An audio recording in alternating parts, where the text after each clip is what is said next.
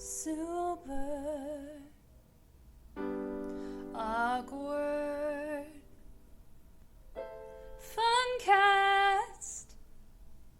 You're listening to the Super Awkward Funcast. Yeah.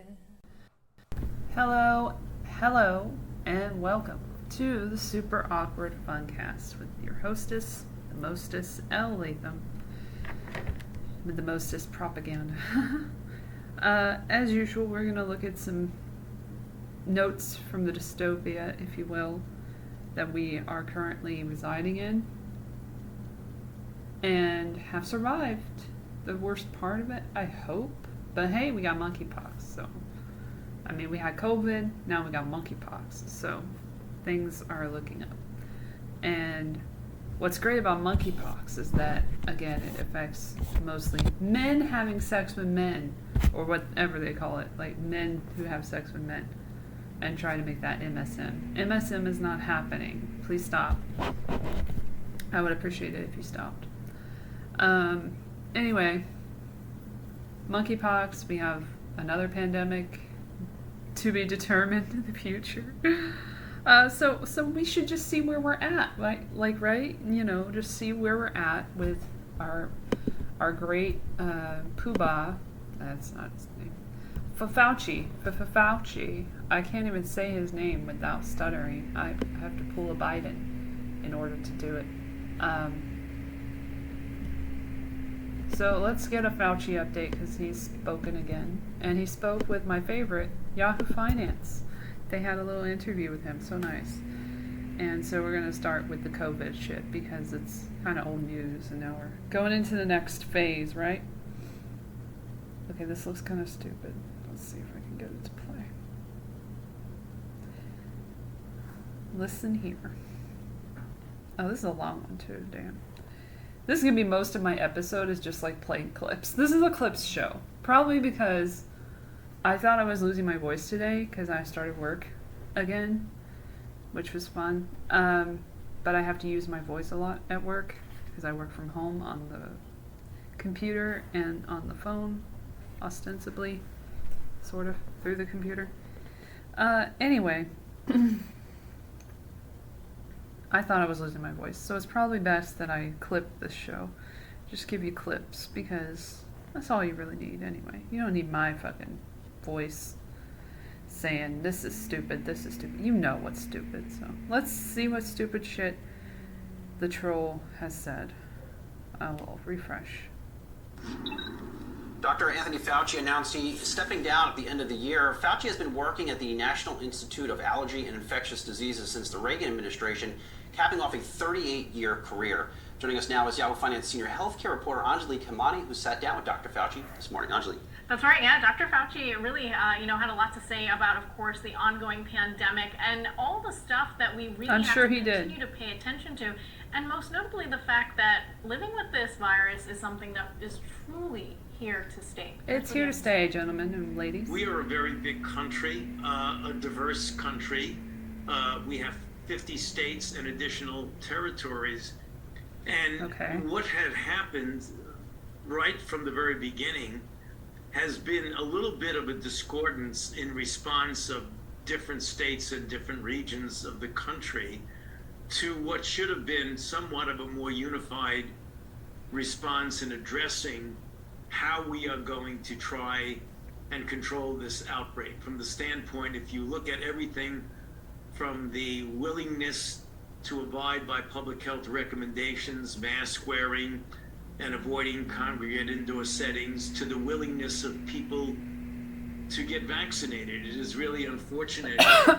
We, as a rich country, have the accessibility of as much vaccine as we need and want, and yet we only have 67% of the population vaccinated, and only 1/2 of those have received a booster. If you're dealing with the common enemy of a deadly virus that has already killed over 1 million people in this country.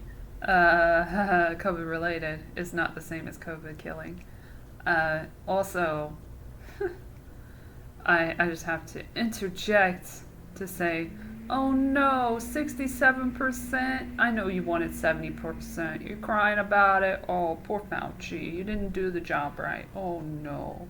You didn't release it in time, or you released it, at the wrong time, or, it could have been better timing with the release of it. It could have been better timing with the health advice that happened in the very beginning, if we recall, like the conflicting health advice we were getting from different agencies and whatnot, and the mask guidance, they kind of fuck things up. And then the vaccine thing, of course, it's really hard to sell the mRNA platform, and you'll see why, because that is mentioned later. So let's enjoy more of this shit show. I would have hoped that there would have been much more of a unified response directing all of our efforts. That helps you. Against what I call the common enemy, the virus, as You're the common enemy. The divisiveness that we've unfortunately experienced in this country, that which you've I created. believe has hindered Just the like most the virus. effective response to this outbreak. To that point, I remember early on the World Health Organization saying that we're going to be living with this virus at the least until 2024. Where do we That's because we have money until 2025, March 2025, from the World Bank. Let's continue. And on those predictions, and are we still waiting for that mother of all immune escaping variants? Immune escaping. Well, I think we're going to be... It's another word for... it's another way to blame the variant for the vaccine not working. The vaccines do not work. Vaccines are supposed to get rid of diseases, not give more diseases to people, which is what's happening here. And what will happen most likely with the monkeypox vaccine as well, Genios or whatever they want to use. Quote, living with this virus well beyond 2024, I would hope that as we approach 2024, we will get much, much more of a control over it, so that the level of virus that circulates in the community, I know you hope that, is at such a low level that it does not disrupt what I refer to as the social order. Namely, the social order, the economy, our ability to anything not to say the new world other, order, schools, and things like that. But we're not going to eradicate the virus from the face of the earth. Why We've would only you? done that with one virus in history, one human virus, and that's smallpox. You. Oh, okay. I don't believe we're even going to eliminate it from this country to the tune of getting 0 cases. That's like nice. We see often with measles. Why don't you tell and China polio, that? They could really because the viruses are fundamentally use different. Those viruses reflection. that I referred to are ones in which, if you get infected or vaccinated, the durability of protection following either infection or vaccination is measured in decades, if not for the lifetime of a person. In addition, those viruses are very stable. Smallpox doesn't change over decades and decades, nor does measles or polio, while we're dealing with a virus that already historically this is total bullshit. Over the 2.5 years that we've been dealing with it, that's total bullshit. That it continues to change with new variants. All viruses change. And so I don't believe we're going to ultimately truly eliminate it.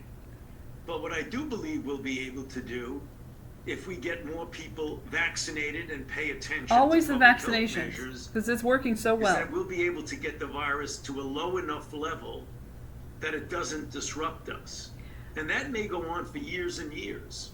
Fuck off. I'm glad you brought up that point, because I want to use the vaccines as an example of just how challenging this virus has been, because I think people it's the virus. The virus is such a problem. They had a front row seat to the changing of science and the changing of the data. The changing of science. Science changes, guys. Excited about the don't trust the science until the protection you have the gave us in terms of protecting last us against possible infection, period. And now with Omicron, we can't even get that guarantee of not being infected, but we do still have that guarantee against, at the least, death, and in some cases, severe cases. Maybe. So I wonder if you can explain what happened. Why do we have to understand and accept that protection against infection is no longer the baseline?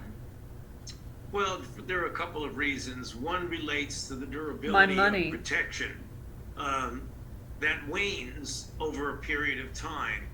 The other is that although these vaccines that are systemically administered protect you against significant systemic disease, the most important component of which with COVID is lung disease, pulmonary disease, which is the most important pathogenic process when you deal with COVID. Because the immunity that you get systemically will protect you against systemic involvement. But Where's the immunity to protect you in the upper airway against initial infection? The best way to do that is what we're trying to do with the next generation of vaccines. See, on to the next thing.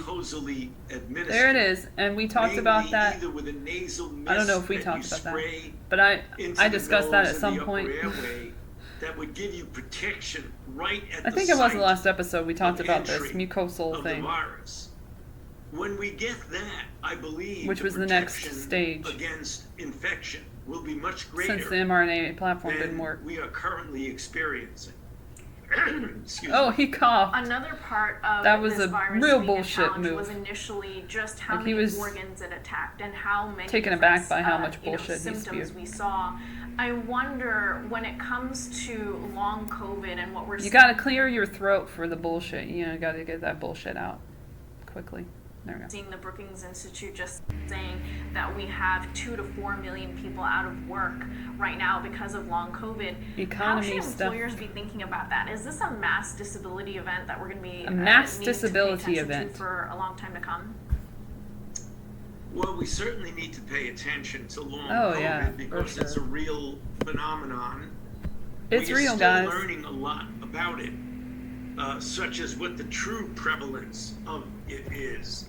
And how long? Yeah, because we don't know if it's true, if there is true prevalence. Experience. We know that a disturbing percentage of people, when they recover from the acute phase of COVID-19, even if they don't necessarily have overly severe symptoms, they still can be afflicted with long COVID, which is very variable in its manifestations, from anything from mild to moderate fatigue upon exercising to, in some cases, rather significant incapacitation on the part of people. We're studying it intensively. In order to do something about it, sports, you have to understand what the underlying pathogenic mechanisms are. Guys, it's long COVID. When you do, and hopefully we ultimately will understand that. It's not myocarditis. Then we can talk about more specific ways to both prevent Don't worry about it. As well as to treat it when it occurs. Because you did so well the Absolutely. first time. One of the things I want to pivot to is misinformation and disinformation, something that you have really had to fight more so than ever before in this pandemic, going into the political divisiveness, but beyond that as well. I wonder, looking to the future and when you do step down, what are some notes you would have for your successor? What are some skills that they're really going to need to have in order to thrive in this environment? Well, they're going to need some skills, but also they're going to need to go to WEFforum.org.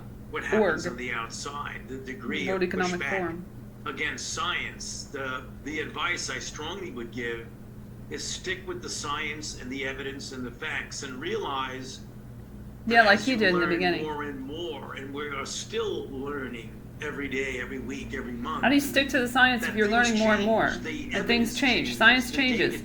How do you stick to the science if it keeps changing? Fuck off. You don't make sense. Inadequately communicate. You can't even adequately communicate anything. You're confusing people. Or the things that you are providing for guidelines or what have you that also could actually change over time depending upon the evolution the way the wind's blowing scientific data. Right. Right. I wonder, with all of that under your belt and all of that reflection, do you think we're ready for the next pandemic? They always have to ask this. Like, it's super strange. We thought we were ready for this pandemic. Oh, we thought we were ready for this one, but we weren't. Organizations that... Yeah, you were when you made it. The United States was the best prepared for a pandemic. And yet, when you look at what happened to us as a country, we were as severely or more severely hit than many, many other countries. And the deaths per million population in the United States is higher than any country that's not even in the world. True, because we don't know the numbers. We need to do to improve the true numbers that aren't COVID related, but the response. And hopefully you do that by learning lessons from what you have experienced in the past. Like you did? We've had some very painful experience from AIDS over the last 2.5 years. Truly painful experience, and something we're not quite sure if we're ready for the next one. He wasn't quite confident about that. Yeah, seriously. Anjali, seriously. Amazing interview there, wide-ranging, and so much depth to really break down from that. So much depth. Guys, give her a pat on the back. She's amazing. Insane. Anywho. Moving on from that disinformation conversation, or disinformation and misinformation, they like to put the two together. Then I found, I found before that, this horrible video from the same channel, Yahoo Finance. California approves bill that could punish doctors for spreading false COVID-19 claims. Lovely. So let's hear this bit of Dystopia news. It's very short. As short as Fauci. I'm not denigrating his height, sorry. California lawmakers are looking to tackle medical misinformation head on. The state legislature approved a bill that could punish doctors for spreading false claims about COVID-19. Yahoo Finance's Anjali Kamlani here with the details. And it's her again. The question here with California is, what broader implications are there beyond the state? Well, we know that other states could follow suit. California would be the first, and I want to make sure that we understand that misinformation and disinformation New York are wants to do this too. Separate concepts, and that's really important to understand. So misinformation is actually the spread of information that goes against what scientific data tells us, and you can see that definition according to the legislation on your screen there. And then disinformation is really propagated by anyone intentionally trying to spread that misinformation. So they're used interchangeably, often, but they do mean two very specific things, and that's important because this could affect the medical licenses of these health individuals if they are kind of like immunization and vaccination. Caught spreading that misinformation and being proponents of that disinformation. And that's where the law really comes down on health officials. Right now you've seen, of course, like Twitter discourse and other social media discourse where these health officials or experts, are able to freely tout their opinion or speak about what the information they feel is the best. We know that was the best example of that is the hydroxychloroquine debate, right? We saw so much, literally a circus around that. And so this really would help put an end to that, especially if we're going into an era of more focus on public health outbreaks and messaging and the potential damage that comes from that. Just underscoring the amount of noise that's out there. Yahoo Finance's Anjali Kamlani. Thanks so much. Amount of noise. Yeah. So they're not going to hold the CDC accountable for this, for the spread of disinformation and misinformation.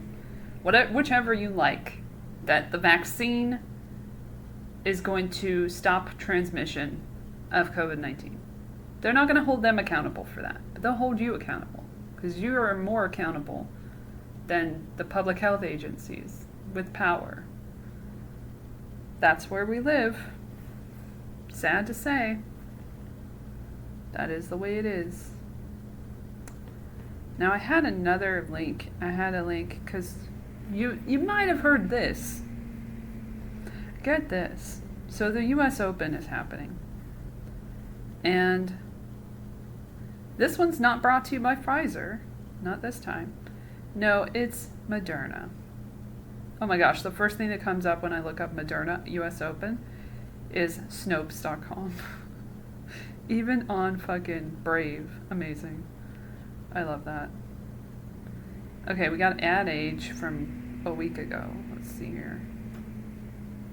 Oh, what a shit show. Oh, I have the thing.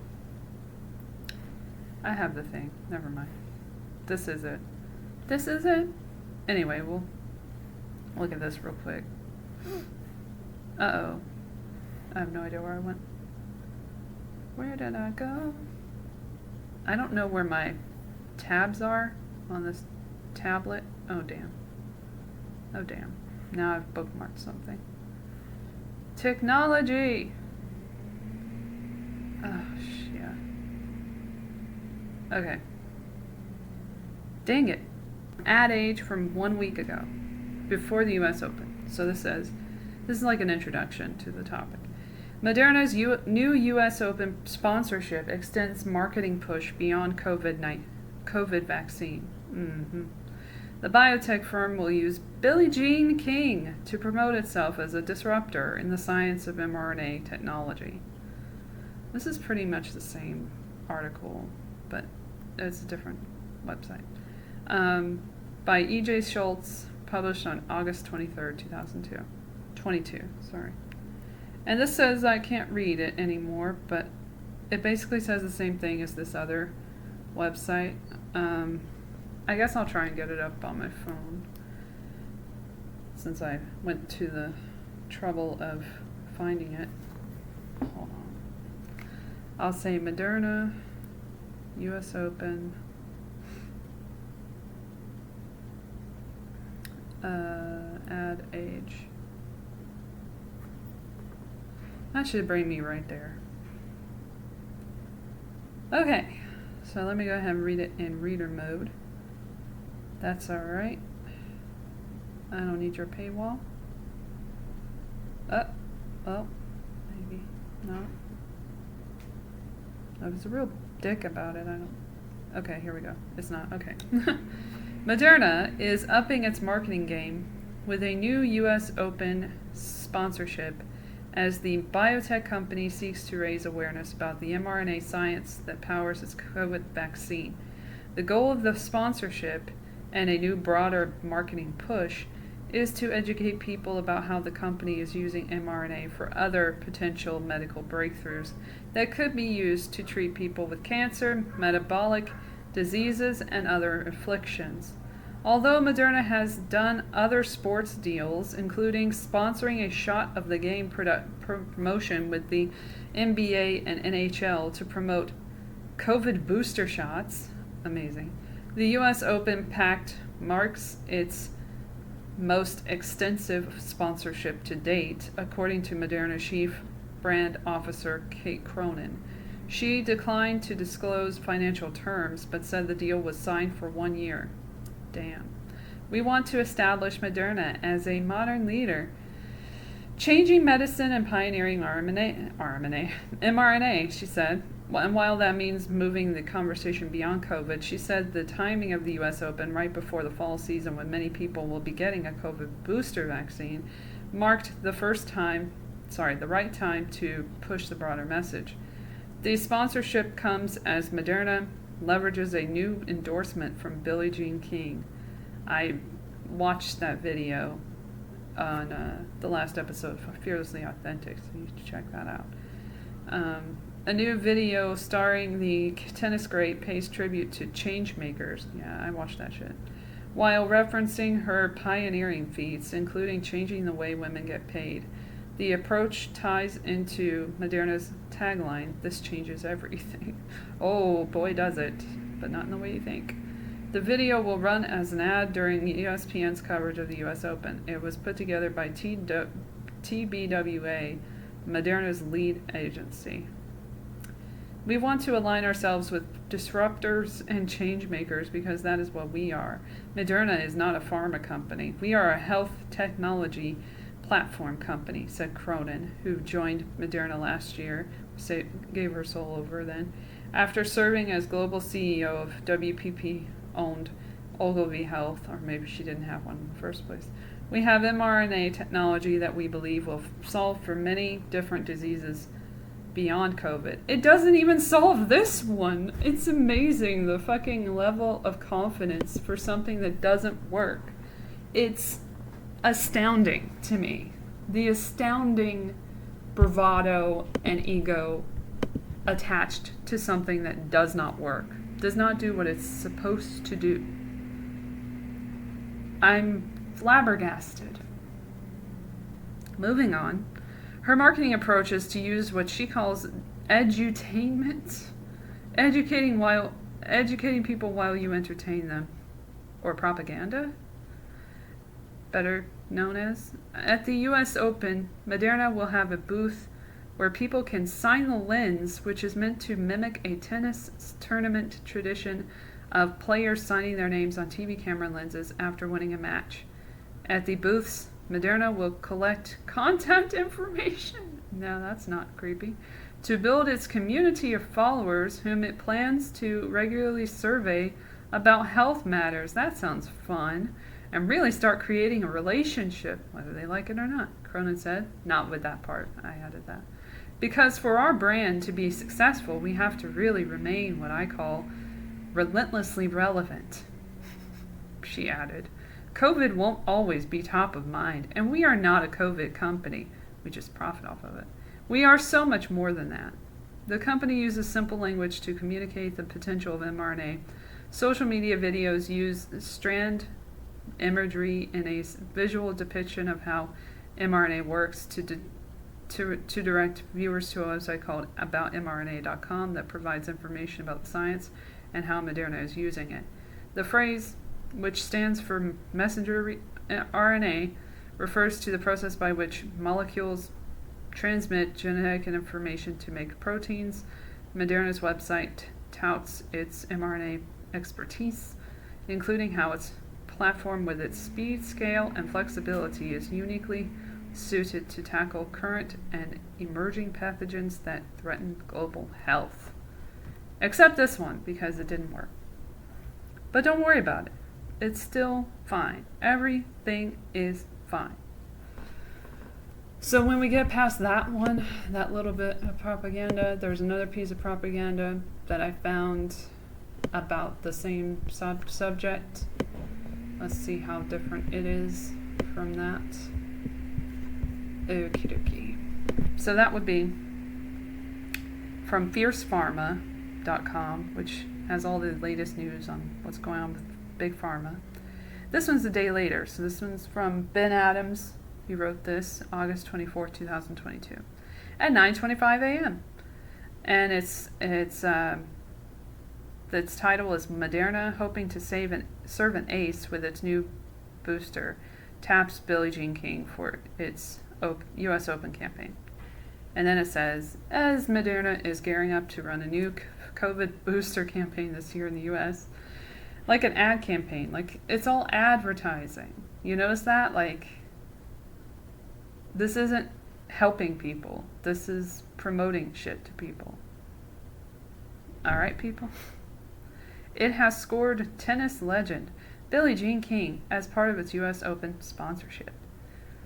The biotech is specifically looking to boost awareness of mRNA technology in general with no specific promotional branded marketing attached. But the campaign does note Moderna's work on COVID vaccines and in other areas such as how mRNA may help with cancer. It also comes just weeks before the FDA is expected to allow new boosters specific to the Omicron variant to be rolled out in the U.S. So that's funny about cancer. Like it probably just would keep you from dying from cancer. Maybe, if you're lucky. I would guess is the way that would go. Tagging King in its tweet about the campaign this week, Moderna's official corporate account said, at Billie Jean King changed tennis and paved the way for athletes by creating a new standard of equity in sports. We believe that challenging convention is critical to changing the world, and we are proud to partner with at Billie Jean King as we kick off our engagement at the U.S. Open. King became the first president of the Women's Tennis Association back in 1974 and headed up the first professional women's tour, the Virginia Slims. Moderna has also created a Changemakers hashtag, of course it has, that runs with an accompanying 30-second video. The video is what I was talking about before. I watched it and commented on it. It then quickly flips, okay, they're describing the video, blah, blah, blah. Okay, this is a clear message about Moderna itself, which identifies as a changemaker by being one of the first companies in the world to use mRNA technology in vaccines. Moderna's campaign comes weeks after the U.S. Tennis Association signed a one-year sponsorship deal with the mRNA biotech for this year's U.S. Open Tennis Championships. So this was already in the works, which kicks off Friday, August 29th. So this was yesterday that has kicked off. Moderna will also get signage space.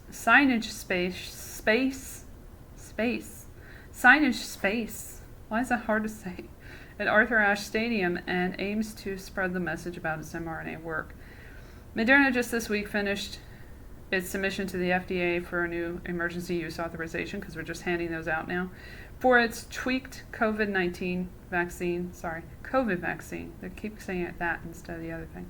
mRNA 1273.222. Unlike its original COVID vaccine, which was authorized in late 2020, the new shot targets subvariants of the dominant, dominant. I'm available, Fierce Farmer, never mind, I'm good. Omicron variant, namely BA4 and BA5. But what if there's a 6? Don't ask. There is no official timeline, why would there be, for when the FDA is expected to finish off its review for the vaccine. No hurry. But Peter Marks, MD, PhD, the top vaccine regulator for the FDA, told the New York Times this week that his team was close to authorizing updated doses, such as Moderna's and from its rival, Pfizer, which is also seeking authorization for an Omicron-specific booster, because there's no originality. The use of mRNA as a new technology, which was still relatively in its infancy in early 2020, has not been welcomed by all. Misinformation, and fears over mRNA use in vaccines causes some people to put off getting vaccinated. I don't know why they would do that. As the booster campaign will likely kick off in the coming weeks or months, Moderna knows that the biggest issue will be a general reluctance to get the booster, rather than its capacity to produce it.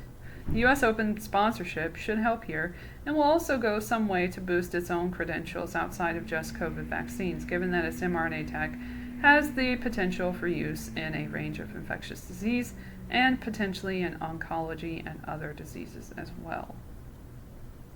But I thought that was what the moonshot was for. I'm confusion. I thought Joe Biden was gonna fix cancer. Guys, why? I thought that was going to happen. I'm sad. Anyway, moving on. I also have a little bit of a relative story, a related story, but unrelated. If you don't believe in conspiracy theories, then it's unrelated. But to most people with eyes and ears, I feel like it's related. So let's go to, all right, Reuters, 5 days ago. Cut to 5 days ago, which is Novak Djokovic, the former August world 25th. number one, announced on Thursday that he will not compete at this year's U.S. Open. Djokovic up till now has refused to get vaccinated against COVID-19, making it impossible for him to enter the United States, where travelers are still required to show proof of vaccination. In a post on Twitter, he wrote, quote, "Sadly, I will not be able to travel to NY this time for U.S. Open. Good luck to my fellow players. I'll keep in good shape and positive spirit and wait for an opportunity to compete again." The Serbian previously said he was prepared to miss Grand Slam tournaments that require participating players to be vaccinated against COVID. Is it good to be home?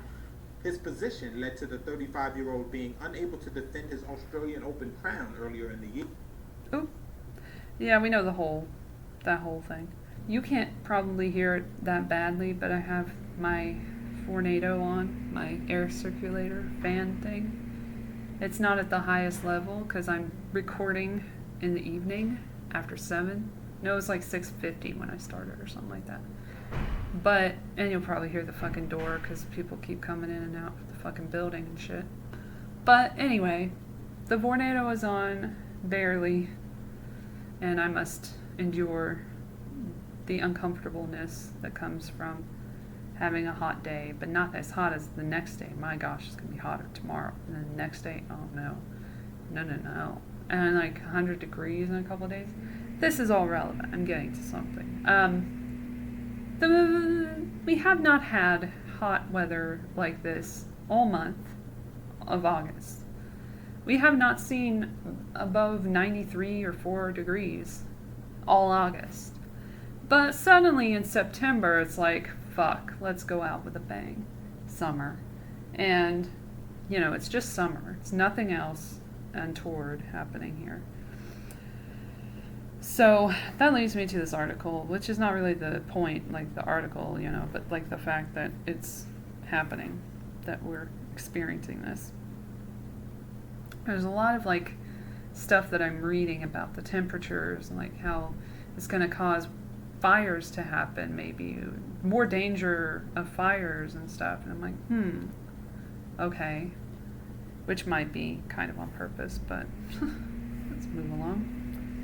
Anyway, it says here in LA Times, linked below, heat wave forecast to hit Southern California just in time for Labor Day weekend. August 28th, 2022, updated 1:54 p.m. staff writer Laura Newberry. And it says temperatures are expected to hit triple digits in some areas of Southern California this week as a heat wave envelops the region, just in time for Labor Day weekend.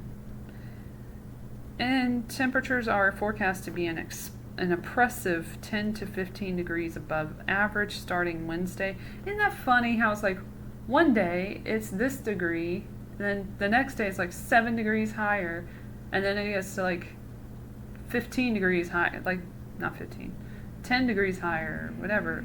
Like, that's so weird to me. It just happens. Above average starting Wednesday and lasting through September 5th. So just the beginning of September, and then we'll have a little bit of a drop off. According to Mike Wofford, a meteorologist with the National Weather Service in Oxnard, the mercury is expected to hit the mid-90s in downtown LA and range from 100 to 110 degrees in the San Fernando and El Antelope valleys during this period. Thank goodness I do not live in the valley. This is why I don't live, I've told you before, but I do not live in the valley for a fucking reason. And that is one of them. Well, there are multiple reasons. That is one of them. This is our hottest time of year, Wofford said. When we get big heat waves, this is very typically when we would see them. I disagree. I don't agree. Maybe if we had these kind of temperatures early on in August, I would agree, but I don't necessarily agree with that for this year. Sunday was a cooler than normal August day in the Southland with temperatures ranging in the mid to high 70s. See what I'm saying? Like, and it's going to go up 20 something degrees. It doesn't make sense. Make it make sense. But the brief reprieve from the heat is likely to be broken by a strong high-pressure system moving into the southwest early this week. We also have a much weaker onshore flow, which normally brings us a cool sea breeze, he said. It's like, don't worry, we got a sea breeze. Well, I don't live near the beach, bitch. It's fine. Everything's fine. I have a show on Sunday, which is like the height of all of this. And I'm gonna like be like right in front of my Vornado. And I'm just gonna be like, sorry, but that's how it's gotta be. It says on my stupid phone, which may or may not be true because it's an iPhone, 91 degrees tomorrow, 95 degrees on Thursday. Remember, it was like 88 degrees high today. Just consider. 91 degrees Friday, and then a 99 degrees on Saturday, and they keep changing it around. It was like 104 the next day, and now it's like 100. So I guess that's good. 100, 100, 100, 95, and then 88 by Thursday. That totally makes sense. I understand the weather, it's fine. The comment section is like, oh my gosh, summer. Yeah, I know. Yeah, that's the point, but still. Anyway, moving on from that topic. Like, I don't know what's going on with the weather. It's weird. It's unusual what's happened with it, in my opinion. Whether or not I'm right, I don't know, but I feel right, so it's whatever. That's how that works. Oh shit. Oh, okay. Oh my gosh. I cannot move this page to save my life. Okay, moved it. Alright. Page is moved. I've opened something else, but I can't click on it yet, so I'll just have to let it continue to do what it's doing and move on. So, let's see here. The next thing I want to talk about is local as well. Let's get the local shit out of the way, and then we'll get to Biden and his latest wonderful speech. Just beautiful speech writing and saying of words. Just kidding, it's a joke. Okay. Let's see. I guess we'll start here. So, another thing that's happened in California is there was an eviction moratorium for a long time during COVID, the pandemic. And they made it so that people were very upset at one another, which is great for them. A lot of like division between people, both sides like of the issue.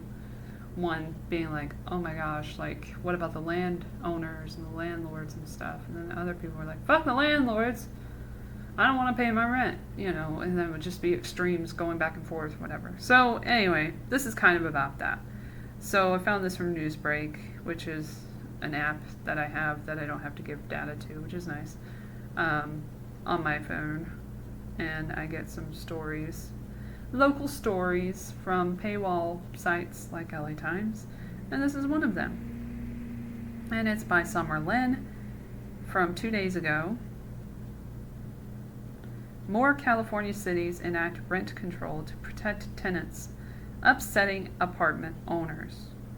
That means, you know, landlords and shit. But yeah, this was a story article, so I'm not going to get too involved because I'm not really into that.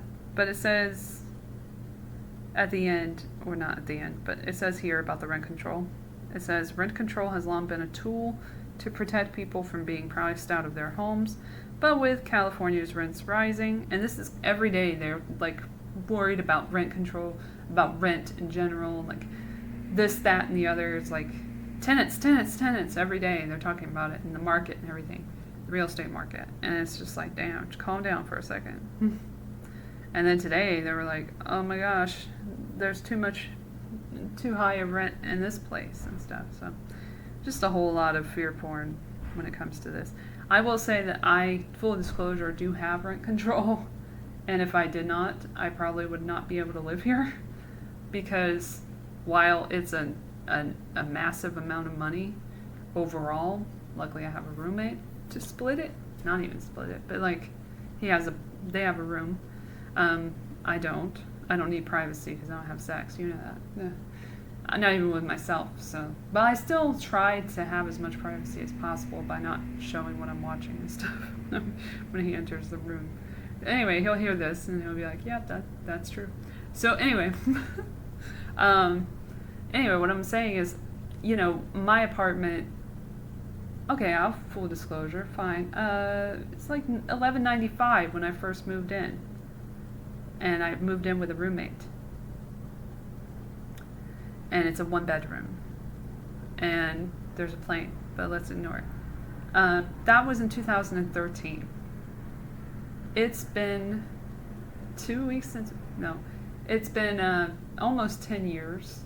In January it'll be 10 years. So in that amount of time, it's gone up to $14.64 and change, because there's a rent stabilization fee that you have to pay every month, which is ironic, right? Because it's not that ironic. I mean, they make you pay it. They make the tenant pay it when it's due from the landlord, but they put the onus on the tenant to pay it. They put it on you, because you should be grateful, right, that you don't get 10% increases or what have you. And so then, so we have that, and then we also have a 95 cents from the website that I have to pay to do it in an expedient manner. If I wanted to do it, I could do it. I could just write them a check and be like, fuck you, and like send it in the mail, and they'll get it when they get it. But I don't do that. That's how I do things. So now you know how much rent I pay. But I don't pay all of that. So anyway, rent control has long been a tool to protect people from being priced out of their homes. I agree with that. But with California's rents rising amid a hot real estate market, more cities are turning to the protections. This has won praise from tenant groups and opposition from apartment owners organizations, which have been critical of the Bell Gardens plan, which was mentioned before, which is where this is located, the city in question. Last week, the Antioch City Council passed a similar rent control ordinance that caps annual rent increases in the Bay Area city at 60% of the CPI or 3%, whichever is less. On August 1st, Pomona's City Council set a rent cap at 4% or the change in CPI. What is CPI? Let's find out. California something or other.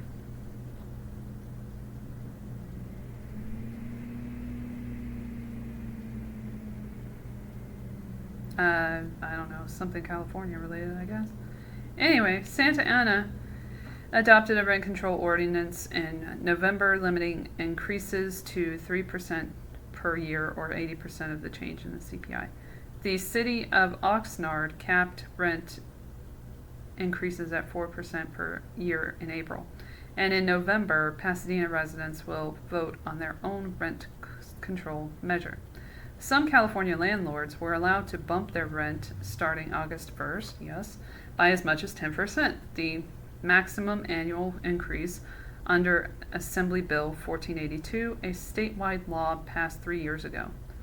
But the 10% cap applies only to complexes built before 2007 and those not subjected to rent control restrictions, meaning that other landlords can raise their rents even higher.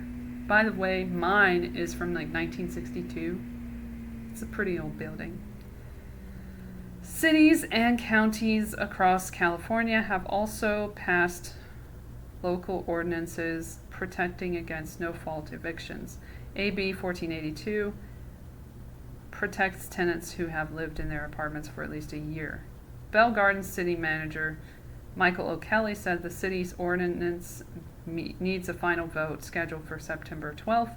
If approved, it would take effect 30 days later. Rents in Bell Gardens and throughout LA County continue to rise, and although the city has lower rents relative to surrounding communities, many local residents, particularly low-income households, struggle with paying for rising housing costs and meeting other basic needs such as food, transportation, and healthcare, he said. Lupe Arreola, Executive Director for Tenants Together, a statewide renter advocacy group, said that according to the latest U.S. Census data, about 44% of California renters are spending more than a third of their income on rent. She also noted about 75% of single mothers and 64% of single fathers are renters. It's people saying shit. When you have a single parent raising an entire family on one income, any increase in expenses could be destabilizing and also could mean the difference between the wealth being in the family, or it could mean eviction. She said increasing rents are not keeping up with wages, which could lead to evictions and irreparable harm. It's not just an economic issue, but it's definitely one that has to do with equity and community safety and health, and makes it so that children are at the center of the decisions our community makes. And then there's more, surveys and shit. And then it says, Susie Herrera, Communications Director for California Latinas for Reproductive Justice, one of the groups fighting for rent control in Bell Gardens, says even pre-COVID and pre-inflation, people were having trouble paying their rent. People were definitely working multiple jobs, and COVID really exacerbated that, which was the whole point, in my opinion. She said through the group's organizing efforts, she's heard from people who hope rent control will be implemented in their cities. Not everyone is in favor of the control measures, obviously. Executive Director of the Apartment Association of Greater Los Angeles, Daniel Yukelson, opposes all forms of rent control and said that Bell Gardens ordinance went well beyond anything even close to fair and balanced. On the heels of moratoriums on evictions, see, that's how they get you, and challenged rent collections over the past 2+ years, and now unprecedented inflationary pressures, property owners will never be able to keep up and will leave the business, he says. They are less likely to give up their below-market rental unit to purchase property of their own, to take a better job opportunity out of the area, and they often stay in place long after the usefulness of their rental unit has ended. And then it talks about World War II and how this all came about.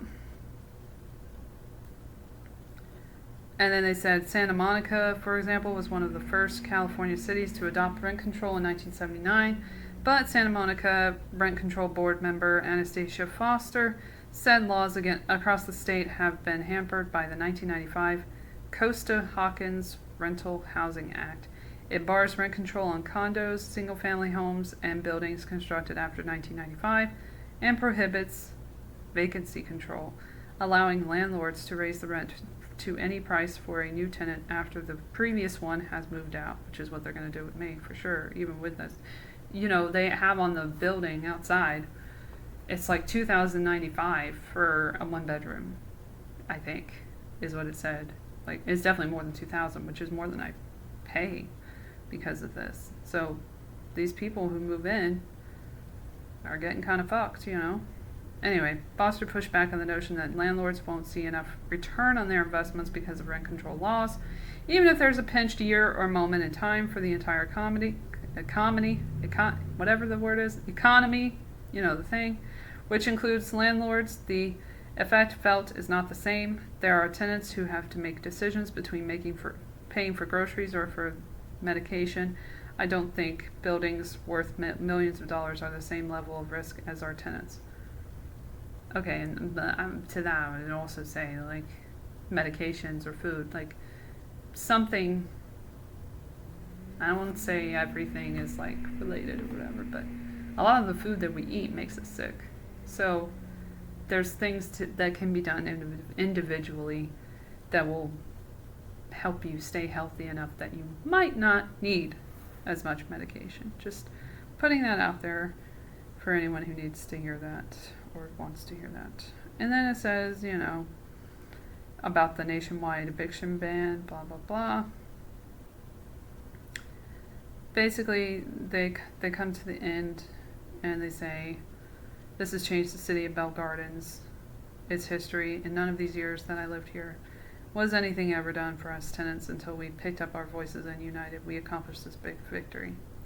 Elle, who was integral in getting this legislation passed. Ordinance, sorry. So yeah, back to the ordinance here. She's like profiled in the beginning. It says it would limit annual rent increases to 50% of the local consumer price index. That's what the CPI was. Capping the hike at 4% even if the inflation rate is higher. Okay, so that's what happened there. Okay, so we go from there to, like, there's more news on the homelessness situation, which there still is, in LA. So the LA Council approves more money for Project Room Key phase out. So they're phasing out their much lauded hotel for homeless people kind of initiative, where they would put all of these people in a hotel and be like, okay, you're on your own. I don't know if it's like you're on your own or whatever, but like they give them certain things to help them transition to having a home, having an apartment or what have you. It's not even an apartment, a hotel room or whatever. And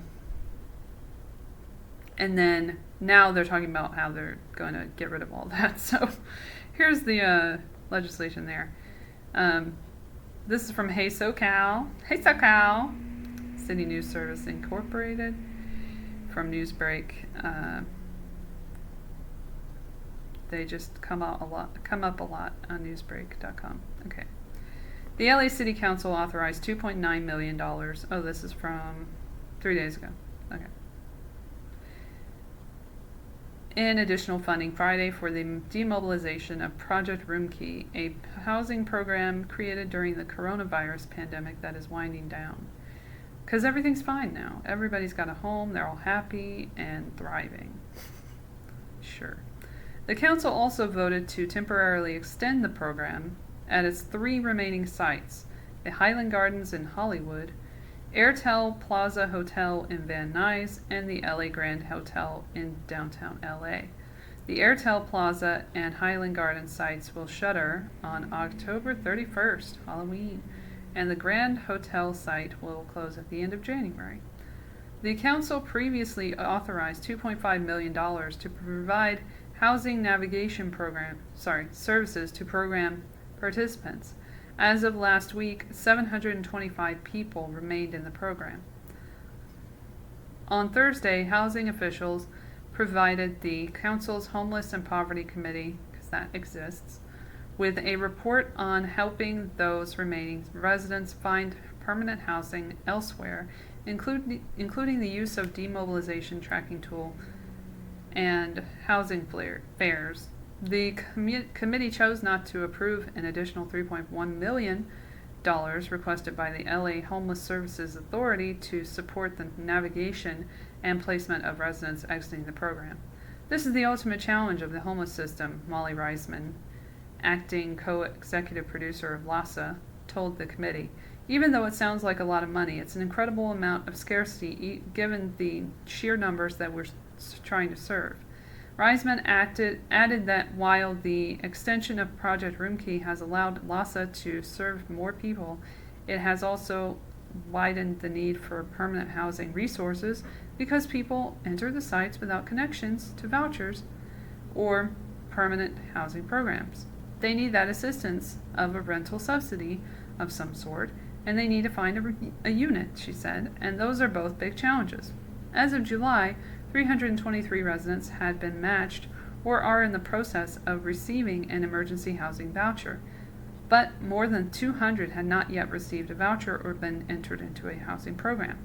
Doug Guthrie, president and CEO of the Housing Authority of the City of LA, told the committee earlier this month that it's been taking between 45 and 60 days for a voucher to be approved once a recipient finds a matching residence, which is longer than the 30 days that most landlords would typically hold spaces. He noted that LA is seeing unprecedented demand for housing, and people relying on vouchers face a particularly uphill climb. Project Roomkey was established during the pandemic to provide temporary, keyword temporary, emergency housing. It was funded by both the city and the county, but the U.S. Federal Emergency Management Agency provided full reimbursements through July. There were 37 hotels and motels contracted through the program at its height, with 4,000 rooms available. The program provided shelter for more than 10,200 people experiencing homelessness over the last 2 years. That's a drop in the bucket. Just so you know, that's a drop in the fucking bucket. We have millions of people in this city alone. Like millions. And that's a drop in the bucket. Residents received meals, medical screenings, and security services. More than 4,100 Project Roomkey participants found permanent housing as of March, according to LASA. 4,100 out of 10,200. I'd call that a success. Wouldn't you? Anyways, so that's what's happening there. And then we have Gavin Newsom out there saying how successful this initiative was, and he's going to support homeless initiatives and everything again and all that shit. But anyways. Then we have, moving on, we're going to go to the Fast and Furious because I don't know how to segue. It's whatever. How do you go from homeless people not getting the help that they need to residents being very upset about street racing in LA and filming street races by Fast and Furious 10? I don't know how you go there, but here we're going. Filming of Fast and Furious draws neighborhood protest, Associated Press, and then we'll go to a video. Oh, this is very short. You'll be happy. Residents and supporters protested Friday against the filming of a new Fast and Furious movie in an LA neighborhood where locations that appeared in past installments of the action franchise have drawn illegal racing and street takeovers to the area. About 20 protesters with photos of street racing victims marched near the movie filming site in Angelino Heights, chanting, "Street racing kills, race on a track, film in studio." So that's about all I have there. So let's go to the video, shall we? Do I have, there it is. Alright, so this is from Fox 11 LA. Yeah, if you look over my shoulder, right over that way, and you can find everything in the show notes. You can find all of the links that I put in here. Enjoy. Going on since this morning, but here in Angelino Heights, it's not the only thing happening. It's also been a day of protesting. Street racing kills, race on track, film in a studio. Ted Yettlewood is just feet away from where crews are filming the new Fast and Furious 10. The stunt cars and crews are lined up along Kensington Road, while the protesters march outside of the film site. The demonstrators are people from this neighborhood and from anti-street racing organizations contacted to help the residents here, where some of the Fast and Furious films have been shot. Let's go for a little ride. Some here recognize that movie making is important to the local economy, but to Ted Yettlewood, who lost a neighbor to street racing, the cultural impact of this is totally toxic. The screeching loud sound that awakens you in terror. But also the popping of their lack of having a muffler. Bea Favela is beyond fed up. I mean, come on, guys. It doesn't take a smart person to figure out that if you lose control, you're going to hit somebody or something. This was your daughter? My daughter, Valentina.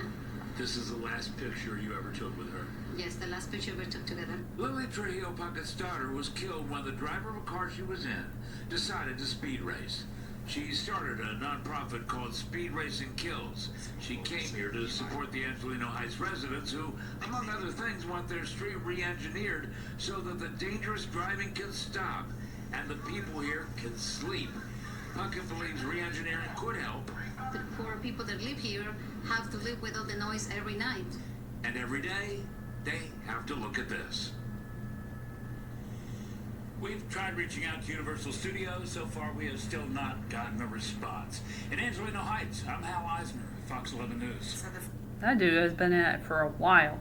Anyway, a funny thing about this is, like, what better way, in a way, you know, like, you gotta look at it and you gotta wonder, like, I didn't even know that there was a Fast and Furious 10 filming until this incident happened that I was made aware of, like, weeks ago.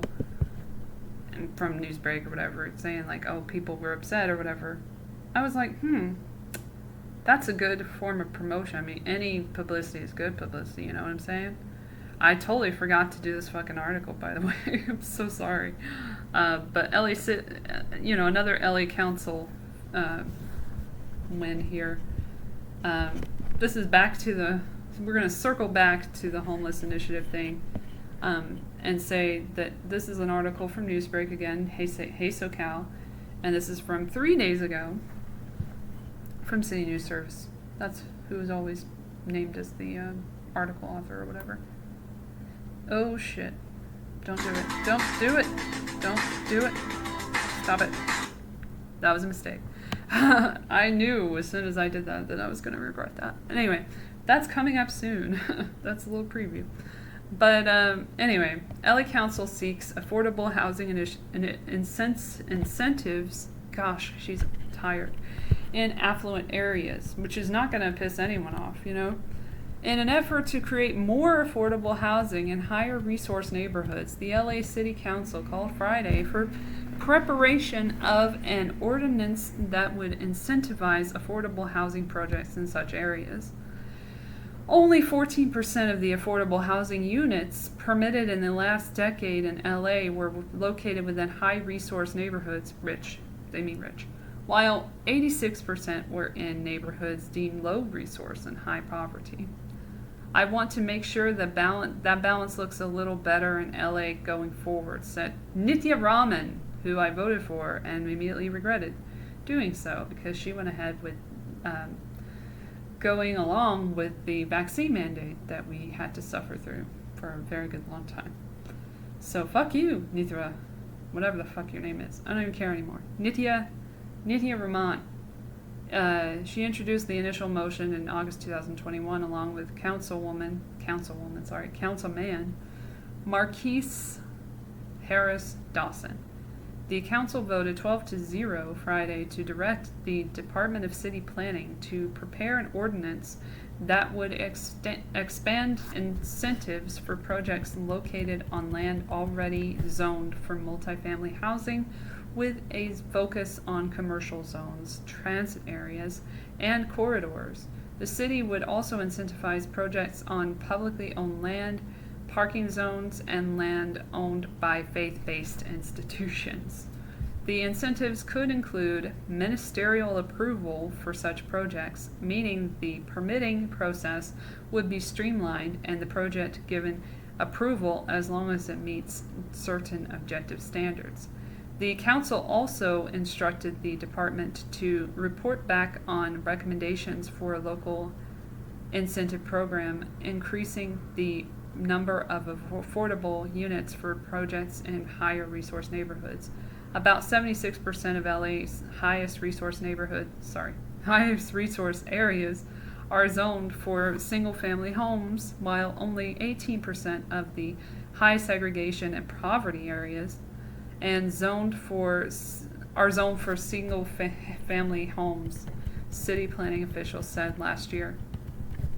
This motherfucker, I do not like him either, Councilman Mike Bonin, who said affordable housing is difficult to build in his West Side district, urged planning officials to come back with something that is as strong as possible that makes it mandatory to do it.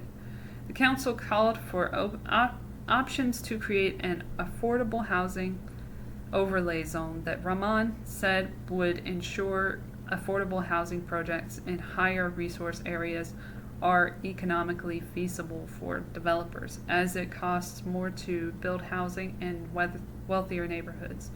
The zoning would allow more affordable housing to be built near public parks, transit schools, grocery stores, and health facilities. According to UC Berkeley's Other and Belonging Institute, what the fuck is that? LA was the 6th most segregated metro region. They just gotta throw that in, don't they? With population of more than 200,000 as of 2019. Any way we can enhance a policy which encourages affordable housing and incentivizes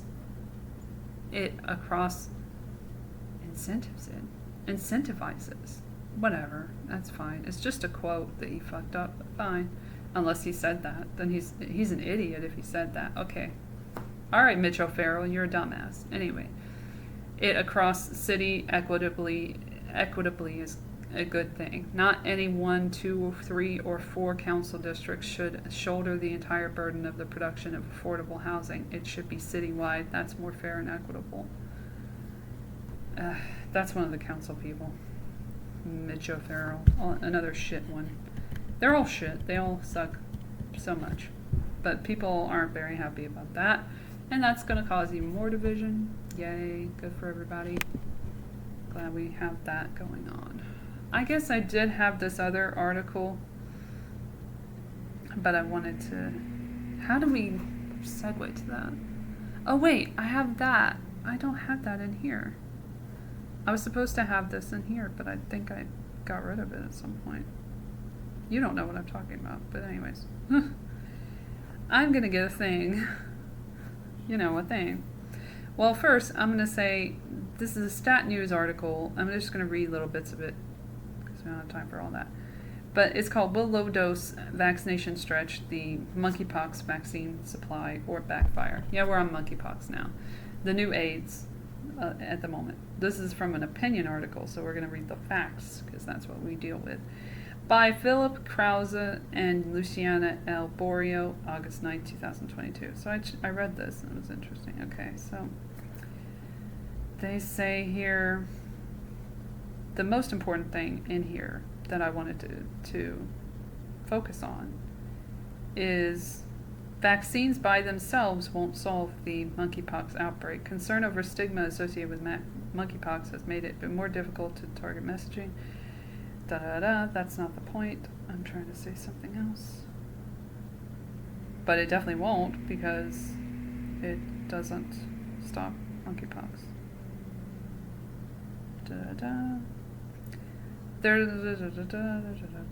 Let's see. I guess I could read this part. Yeah, I think this is what I read.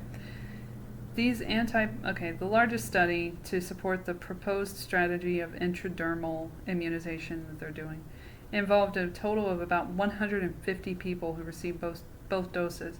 About 20% of first dose recipients didn't get their second doses, likely related to high local reaction rates after the first dose. Study participants were evaluated for antibody responses to the vaccine strain virus, vaccinia, that are expected to track monkeypox antibody responses. Antibody levels were similar between recipients of the low-dose intradermal vaccine and those who received the normally delivered full-dose vaccine, although the criteria for the comparisons were less rigorous than the FDA normally uses for this type of comparison. These antibody responses on their own, however, don't predict protection against monkeypox. In other studies, 2 doses of the Jynneos, the one that's getting the most attention now, vaccine, induced antibody titers in humans similar to 1 dose of the ACAM 2000 vaccine, which is based on the vaccine that was used to eradicate smallpox. But the ACAM 2000 vaccine proved much more protective against monkeypox challenge in vaccinated animals. What the fuck? There is also an uncertain relationship between those doses, the doses given in the study and that of the current vaccine, which can vary over an 8-fold range. So using a 20% dose of vaccine for intradermal inoculation could either substantially underdose recipients with a risk of lower effectiveness, or overdose them with the potential for more side effects. Nice. Relative to the vaccine given in the study of intradermal administration. The study also reported lower long-term immune responses in those who received the lower dose intradermal vaccine, raising concerns about the overall immune response to the intradermal lower dose vaccine. Switching to intradermal administration is also complicated. Vaccines are not typically given intradermally in the U.S., and there is a little margin for error. Mistakes could cause a lower dose of the vaccine to be delivered deeper than intended, with likely lower effectiveness. That's why the worldwide vaccination campaign that led to the eradication of smallpox used a special needle called a bifurcated needle to provide consistent dosing, and why developers are exploring more reliable methods than needles and syringes for other vaccines that could be administered intradermally. Okay, and then people who administer the vaccine intradermally would need special training, and even then they may make mistakes. The FDA normally regulates vaccines paired with unusual delivery devices as combination products, which involve an extra set of assurances that the correct dose will be delivered to the right part of the body, assurances that likely would not be present in this case. And so it says, oh, okay, there's more to it. Monkeypox isn't going away, so the U.S. government needs to urgently evaluate alternative strategies to augment the supply of monkeypox vaccines and deploy it effectively. In addition, more information is needed about antiviral drugs that might treat monkeypox, including antibody-based treatments such as vaccinia immune globulin. The U.S. needs a concerted effort to make sure enough vaccines and therapeutics are available to address these needs and to reduce suffering. A hasty decision to try an unproven and risky strategy to stretch the existing vaccine supply may interfere with developing a national plan to quell this outbreak. But anyway, the thing is, you know, the vaccine doesn't prevent monkeypox. It doesn't prevent monkeypox. So it's like, that's the new normal, I guess. It's where we live. But anyway, they said the FDA may soon issue an emergency use authorization for Jynneos to be administered in this way. So that's a little bit about that. So let's see here. I was going to look that up. So going to Yahoo. I don't have the other thing up here either. I thought I had this, but I don't. I don't remember deleting this, but okay. They do not want me to cover this. Okay. There was a White House briefing today that you may have missed. So I'll brief you on it. About monkeypox. Prevention resource. Not yet. So we're going to go to a little bit of it. We're not going to watch all of it because I do not have time for that. And neither do you. But you can if you want at your leisure when I give you the link. And then we're going to end on Biden and this wonderful speech that is not at all creepy that he did today. Okay. All right. Here's the White House briefing. I was going to focus on this one area of it, and that is 1850. So let's go to 1850 of this video where they're talking about the stuff. CDC operates a system called VAERS, or the Vaccine Adverse Event Reporting System, and we're actively looking at different types of events that might be reported post-vaccination. And we are actively gathering information from the different jurisdictions and states and cities about which vaccines they're administering, whether it's subcutaneous or intradermal. And we're gathering those data now as we speak. If you look on the CDC website, you're going to start to see a lot of information about vaccine administration. Right now, we have some states on board, and we're actively onboarding the rest. So I think that we'll be up to full state reporting in about a week, but you can start to get information now if you go on the CDC website and look. With respect to the vaccines that are being given out at some of these large venues, I think those systems are going to be in place for people who get vaccinated, whether it's through a special venue or through a normal jurisdictional clinic. So I think those same systems will be capturing data. Thank you. Kevin, we'll take another question. Let's go to Chris Wiggins at The Advocate. Hi, thank you for taking my question. There are two questions. There's a report from the Houston area of a patient with confirmed monkeypox infection who has died. Do you have any information about that case to share? And now that somebody has died in the U.S., does that change the messaging to the public at all?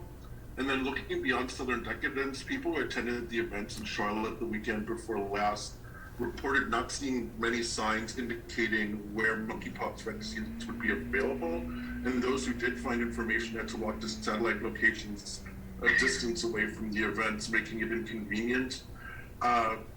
During a press event at Mecklenburg County, they said that... We're going to skip him because he's a little weird to me. Project, so only... Hold on. I can't with that guy. Going to be very clearly in the middle of the French Quarter, very clear where testing as well as vaccines will be available. They have multiple events. Same with Atlanta.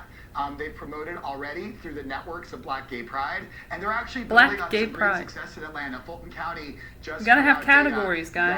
That actually almost subcategories 70% of their vaccines so far in their vaccination effort have actually been given to people who are Black and brown. So I think that this is going to be another great experience where the local public health officials work with their community to identify what's the best way to get the word out at these big events. So I think it'll be really exciting to see. Instead of maybe canceling the events because there's an outbreak going on. No. in different We don't want to venues. do that. Thank you. Take another question, Kevin. Postponing. No. Emily Woodruff at the New Orleans Advocate. I Hi there, this is Emily Woodruff. I'm with the Advocate and Times-Picayune. I think I like question. zoned out So for a lot of this. I'm wondering if you can tell me about the decision to send vaccines to New Orleans for the event rather than in advance. I know our state officials advocated for more vaccines, as far back as July. And so most people here won't probably have even had their second shot by the time the event happens this weekend.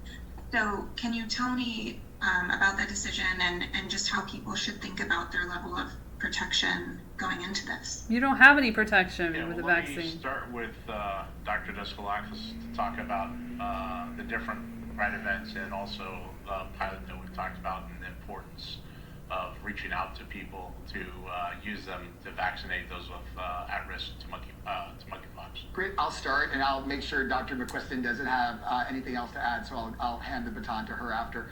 So I think the decision to send vaccines to New Orleans, specifically for Southern Decadence, was responsive to the community and the local government. And so I think we heard loud and clear that given the sort of event and the fact that it does attract many gay, bisexual, other men who have sex with men, and others in the queer community to that space, it was a great opportunity to get folks ready for the event in terms of getting some vaccines on the ground early. Yay, fun! We gotta get vaccinated at the event. Who won't go to a clinic or Yay! a vaccine effort, but Let's go have fun. Get vaccinated. And frankly, less stigmatizing Where are spaces we? that can occur in the events. I think one of the really important things that CDC has done in terms of setting this up, along with having people on the ground, as you heard from the governor, is being very clear about what guidance is to the way people this dude is smiling right now. So that first shot doesn't mean that you're protected for the event. You're not protected at all. Lots of other strategies that they can reduce risk of acquiring monkeypox, but also make it clear that that shot's not for today. It's for 4 weeks from now, plus 2 weeks after that second dose, when you get maximum protection. Hilarious. Dr. McQuiston, not sure if you have maximum protection. Amazing. I think the only thing I would add is, yes, we certainly had a request from Louisiana with asking for large amounts of vaccine, some time ago. But I think it was actually the interagency decision to move to intradermal dosing that freed up enough doses that we could begin to plan a much larger strategy and knew that we had enough to provide. And so I think that is one of the reasons why perhaps the vaccine is coming out now for Louisiana rather than in July. So I just wanted to flag that. This should be called White House briefing on monkeypox vaccines. Like, that's what it is. Post. It's just a vaccine commercial. Hi, can you hear me? Yeah. Unfortunately, yes. Dimitri, can you expand more on how this equity-focused vaccine distribution is going to work? You mentioned how every time I hear Dimitri, I think of Dr. Strangelove. What kind of interventions are we talking about here? Great question. So it's going to be very similar to the allocations for the large events. It just will allow jurisdictions to work with their community to identify a little package of interventions and equity strategies that may work for them. So I gave some examples. It can be really in the eye of the beholder. Again, what happens on the jurisdiction level really involves that important community engagement and figuring out what will work in their space. So it means letting the CDC know what that plan is, having them review it, and then providing an allocation to address what the vision is. So there are lots of examples. So it can be working in specific venues, specific communities. For instance, like thinking about like the house and ballroom community is one example, is like one strategy that could be great. It attracts a lot of younger folk who are Black and brown, so it could be a great strategy to sort of categories that community. Those tend to be smaller events and won't hit the threshold of 50,000. So it's really a way to extend the equity plan to not only look at these larger events, but also more local, smaller events.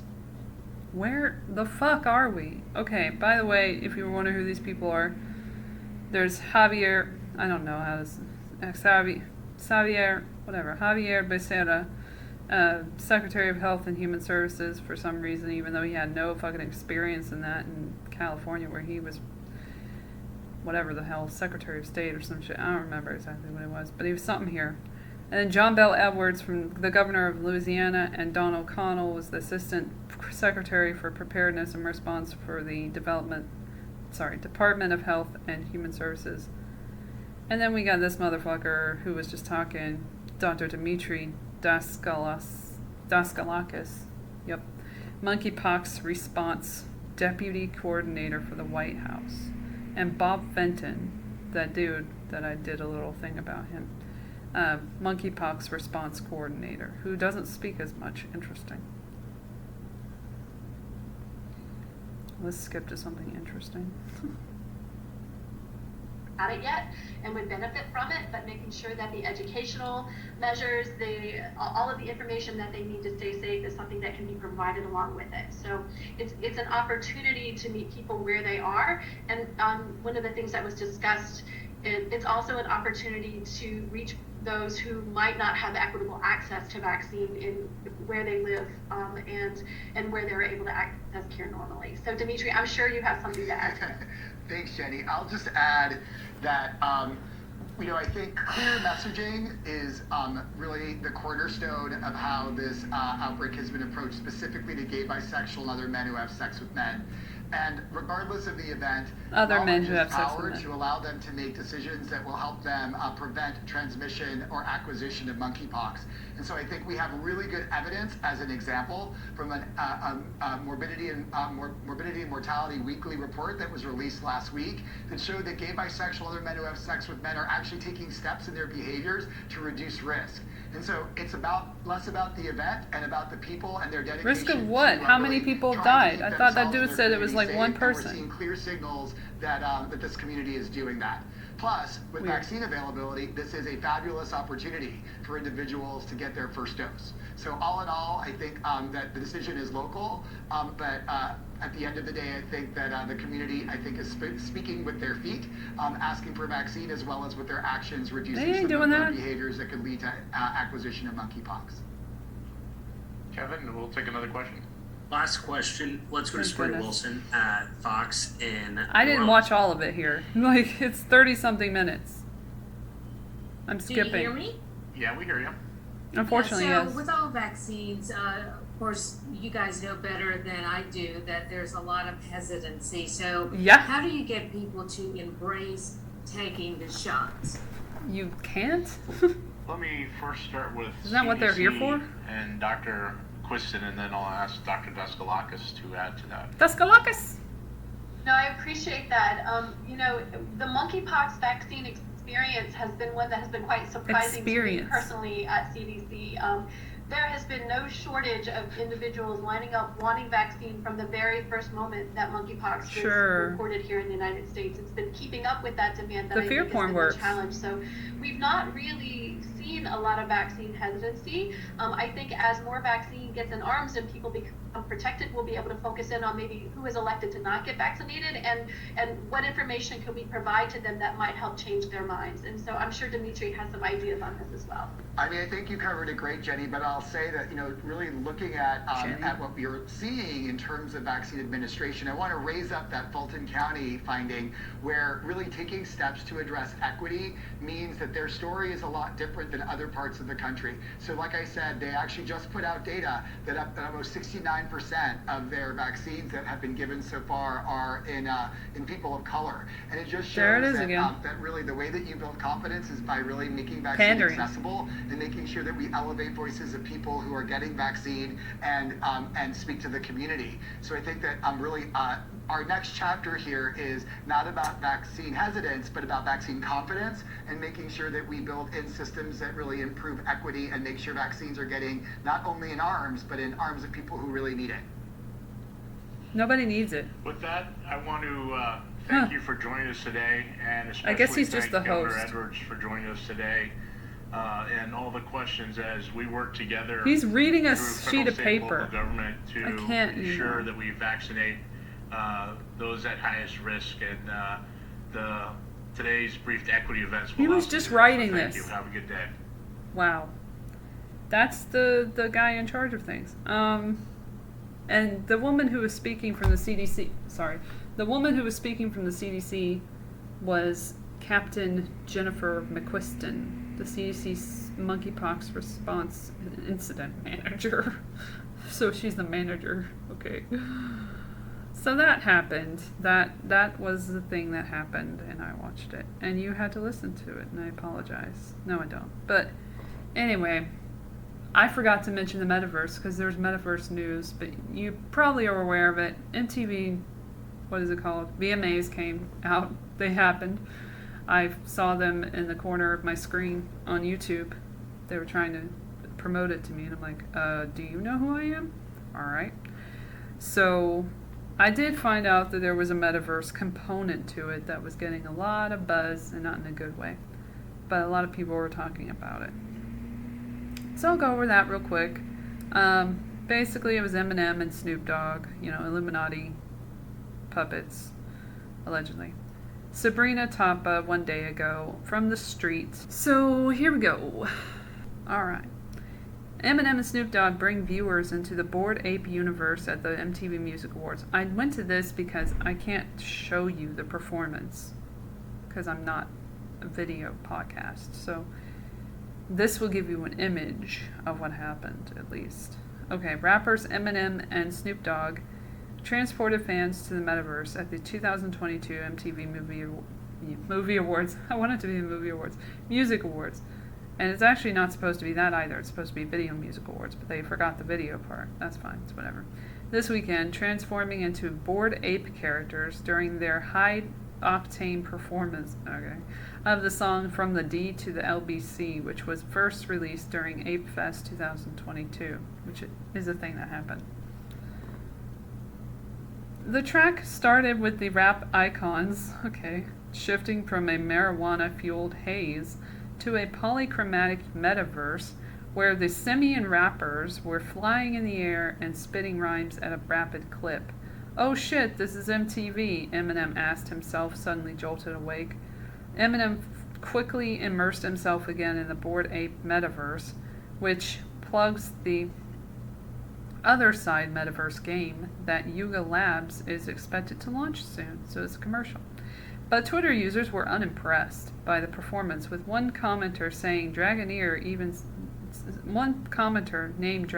even saying, "The animation is barely better than what we had 25 years ago." Others compare the rappers to an ersatz version of gorillas. Both music artists are heavily invested in crypto, and particularly the Bored Ape Yacht Club ecosystem.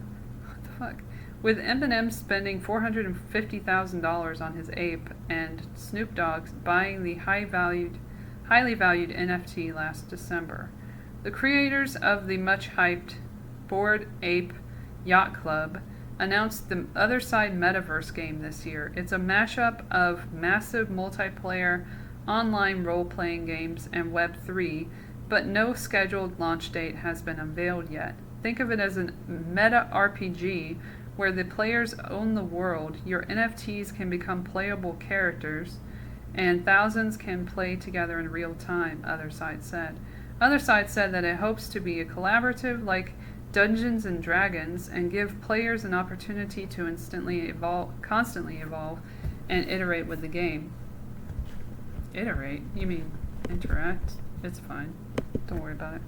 Right now, anyone holding an other deed NFT, this is like another language to me, is eligible to take part, and more than 4,000 players have already undertaken a voyage to the biogenic swamp, where they were able to jump, run, and dance, among other activities. Yuga Labs said it has already logged more than $1 billion from NFT sales of the virtual land. As far as Eminem and Snoop Dogg are concerned, there's a strong indication they will continue to extol the benefits of crypto and NFTs to anyone that will listen. Snoop's latest album even paid homage to the coming Web3-centric universe with the title Metaverse, the NFT Drop Volume 1. American actor Seth Green is also expected to wade into the BAYC ecosystem with the release of an animated series called White Horse Tavern, featuring bored apes living with humans. Well, that sounds fun to nobody. And then we have like a thing that they actually had at the MTV Video Music Awards, my bad.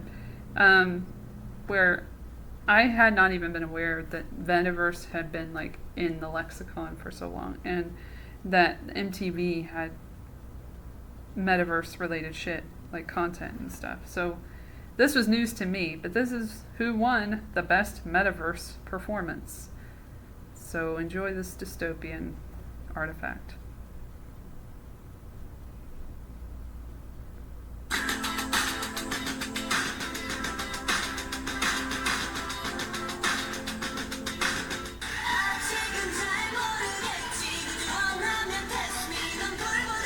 Why?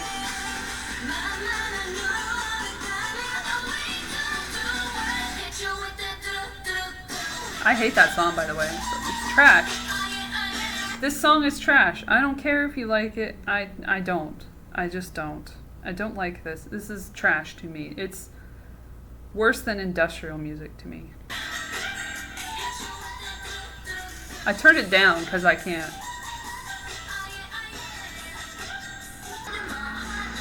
Not her. Yeah, okay, fine. Roblox. Why not? And again, I'll leave it in so you can watch the visual feast yourself. I'll leave it into the show notes.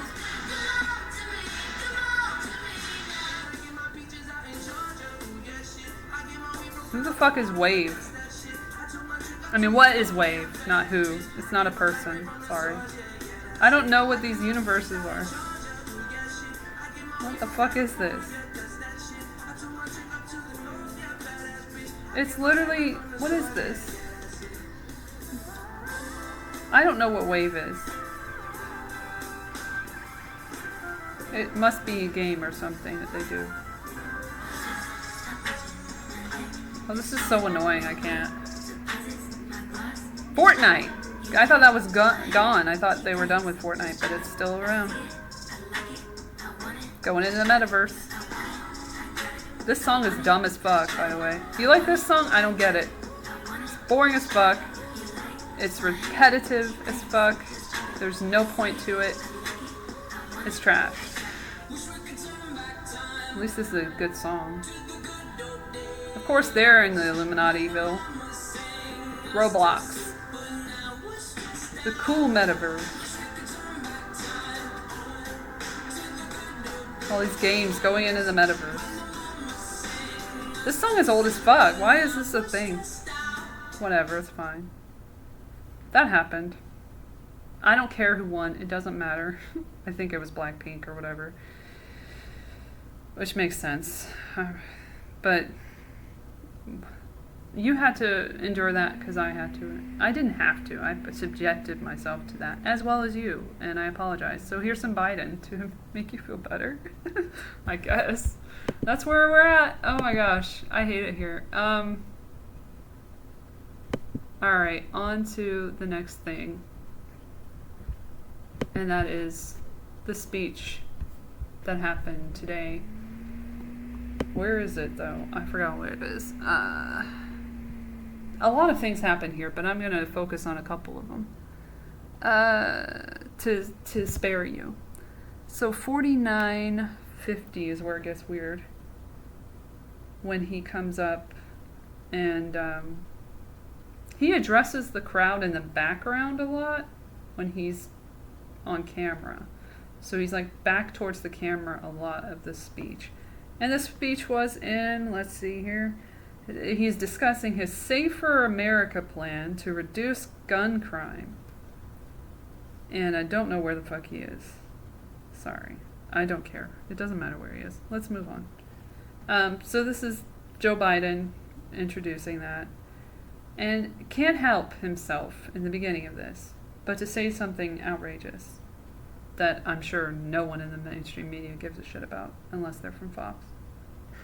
Gene Finnegan Biden from Greenridge would say, please excuse my back when I'm speaking. I apologize. And by the way, you know one of the best better things than the front, I guess. in the United States is the Marine Band. They're the best in the world. Stand up, guys. No. They are the very, very, very, very best.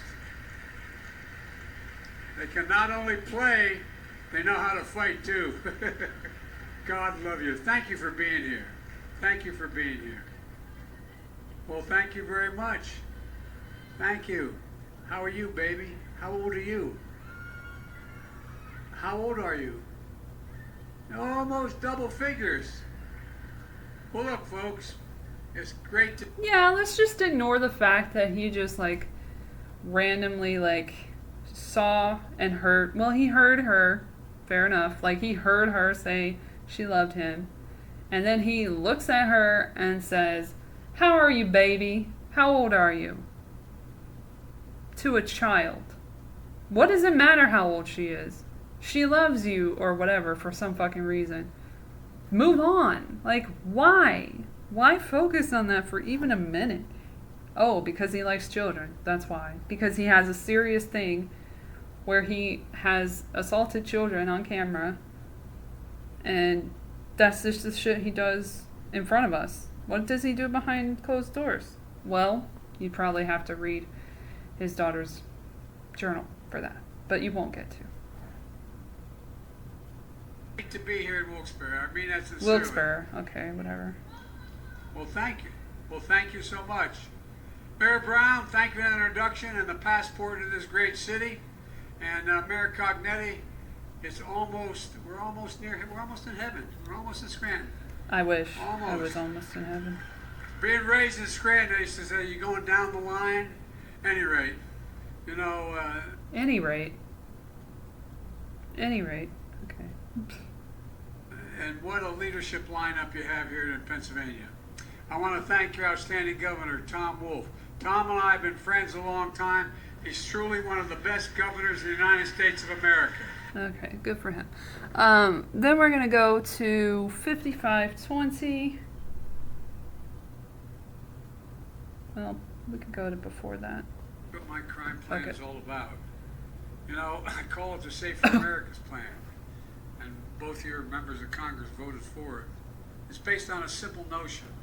When it comes to public safety in this nation, the answer is not defund the police, it's fund the police. Oh yeah, that was important. I'm glad I did that one then.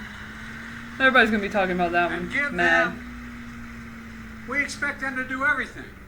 We expect them to protect us, be psychologists, to be sociologists. I mean, we expect you to do everything. I'm not joking. I thought he was joking. You realize more police officers are killed dealing with domestic violence than anything else? You realize that? No. Point is, we have There's so much of you. So much of you. Didn't know that. I've not met a cop who likes a bad cop. Okay. There's bad in everything. There's lousy senators, there's lousy presidents, there's lousy doctors, there's lousy lawyers. No, I'm serious. I agree with him about the president. But I don't know any police officer that feels good about the fact that there may be a lousy cop. Now, I'm tired of not giving the kind of help they need. Folks, look. We're in a situation in this country where we have to give them additional resources they need to get their job done. Matt gets it, Matt Cartwright, and this is not hyperbole. Matt's the chair of the powerful subcommittee that controls the funding for public safety. He knows what it means, investing in effective and accountable community policing that builds public trust and strengthens public safety. What? I'm old enough to remember when cops used to walk the beat in Wilmington and in Scranton. That didn't make sense. Because they knew everybody. They knew the kid. They knew if someone was in trouble. They knew whose house to go and knock on the door and say, "Mom, your son just did." Is this him improvising? I'm not being facetious. Okay. They knew the neighborhoods. As part of the American Rescue Plan, assigned into law last year, which they voted for, we set aside $350 billion, with a B, $billion for state and local governments all across America, and urge them to use it like your governor did, to make communities safer. Here in Pennsylvania, Governor Wolf is using $250 million of that money to reduce crime and violence across this state. And reduce, not eliminate. And Mayor Brown just described how it's helping fund community policing here in Wilkes-Barre. But guess what? Every single Republican member of Congress, every single one in this state, every single one voted against the support for law enforcement. They talk about how much they love it. They voted against the funding. All right, let's skip. We're going to skip to 105. Because this is insane. This is another one that he's like, people are like, what the fuck? Because there's always something what the fuck about this motherfucker. I swear. We took on the NRA, we're going to take them on again, and we won. And we will win again. 105.13 is where I started. NRA, boo, yeah. We're not stopping here. Let's yell. Time to yell. I'm determined to ban assault weapons in this country. Oh, okay. Determined. Determined. I did it once before, and I'll do it again. That's a warning. For many of you home, I want to be clear. It's not about taking away anybody's guns. In fact, we should be treating responsible gun owners as examples how every gun owner should behave. I have 2 shotguns at home. It's a long story, but it's a long story, guys. Don't ask about it. But I support the Second Amendment, and I support the Second Amendment. But the Second Amendment, as one of the most conservative justices in history, Justice Scalia once wrote, like quote, like most rights, like quote, the rights like, granted by the Second Amendment are not unlimited. They're not unlimited. Right now, you can't go out and buy an automatic weapon. You can't go out and buy a cannon. And for those brave right-wing Americans who say here it comes. It's all about keeping America, he said this before, by the way. And safe. If you want to fight against the country, you need an F-15. You need something a little more than a gun. No, I'm not joking. Think about this. Think about the rationale we use. That's used to provide this. And who are they shooting at? Shooting at these guys behind me. What? Folks, look. Who are they shooting at? I went to every major school shooting around in the country. Since I was he went to every major school shooting and around. Vice President. That made sense. Over 48,000 people died from gunshot wounds in 2021. This is really fun. States of America. This part. Over 26,000 by suicide. Suicide, yes, because when guns are the #1 killer. Listen, the guns are suicide the #1 killer is how they kill children people. In America. Kill themselves. Of children, and #1. Gun-inflicted wounds. More children die from guns than active duty police and gunshot. Active duty military personnel combined. Hear that again? More children in America die from guns. I hear you. Than active duty police and active duty military in the United States combined. We have to act. We have to act for those families in Buffalo, Uvalde, Newtown, El Paso, Parkland, Charleston, Las Vegas. Read the Orlando. teleprompter. I've been to every one of those sites. Sit down with those parents. I spent 4 hours last time. Met with every single one of the parents and families. Not that he was counting or anything. See the looks on their faces. Think about it. Think about the devastation that's occurred. We have to act for all those kids gunned down on our streets every single day that never make the news.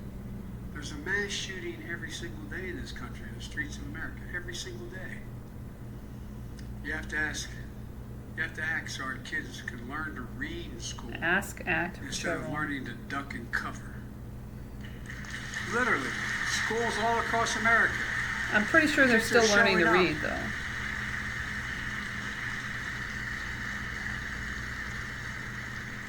The psychological damage done to our kids, not just COVID, but COVID, what it's impacted, how it's impacted us. And on top of that, a child going to school, children see this on television. You know, we're living in a country awash with weapons of war. Weapons that weren't What about your weapons that you just gave to designed to take on an enemy? Ukraine, you dipshit. For God's Those sake. don't matter? What's the rationale for these weapons? Ban bombs, bitch. Outside of a war zone. Outside of a war zone. That's the only time you should use them, right, guys? When I was recently in Ukraine. Give them the Nazis. Almost as they just say to some of the kids in here. Dumbass. You know what some of the parents had to do? Supply DNA. Supply DNA. Because the AR-15 just rips the body apart. Could not identify could not identify oh, shit. the body. Yelling again. If he's not yelling, he's whispering. A 20-year-old kid can walk in and buy one? Chill out, dude. DNA. Yeah, I heard you the first time. What the hell's the matter with us? What the hell's the matter with you? No, I'm not joking. Think about it. What are we doing? What are you doing in Ukraine, bitch? How many... My dad used to love to hunt. I don't care. When we lived in Scranton. How many deer or bear wearing Kevlar vests? Huh? Not a joke. You are a joke. Did you realize the bullet out of an AR-15 travels 5 times as rapidly as a bullet shot out of any other gun? 5 times. It's lighter. Pierce Kevlar. Uh-huh. Imagine being a parent. I can't. Not just losing a child. Can't imagine that. Not being able to physically identify that child. Or the adult. Because they've literally been blown apart. We equip our service members with the most lethal weapons on Earth to protect all of us. No, we don't, fucker. Protect Americans. They don't protect us in Ukraine, bitch. Require them to receive you just gave them money. Significant training. I mean, training and weapons. Extensive background checks. Lying sack of shit. Mental health assessments. They have to learn how to lock up and store their weapons responsibly or they get kicked out. We let any stranger, an 18-year-old, walk in, a 20-year-old, and buy an AR-15. That's why back in 1994, I took on the NRA and passed the assault weapons ban. For 10 years. Which took care of everything. Mass shootings were down. 10 years in a row since I passed that legislation in 1994 as a chair, as a senator. Whatever you were. But whatever he was. 2004, Republicans let that ban expire. What happened? Mass shootings in America tripled. Tripled. It's time to ban these. It's time to ban these weapons. We did it before. We can do it again. Folks. Applause. Break.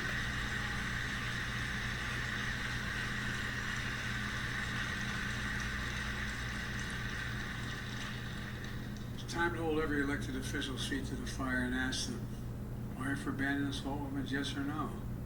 Anyway, so that's where I'm going to leave that shitfest, and I don't want to go over 2 hours, so I'm going to end very abruptly.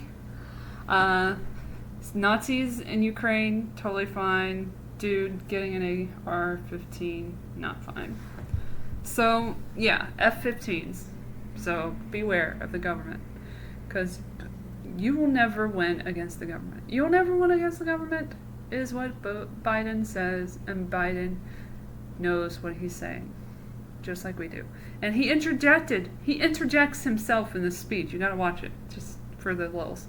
Thank you so much for listening and watching in your head, because you definitely imagine all of this, and also watching the videos when you get the chance.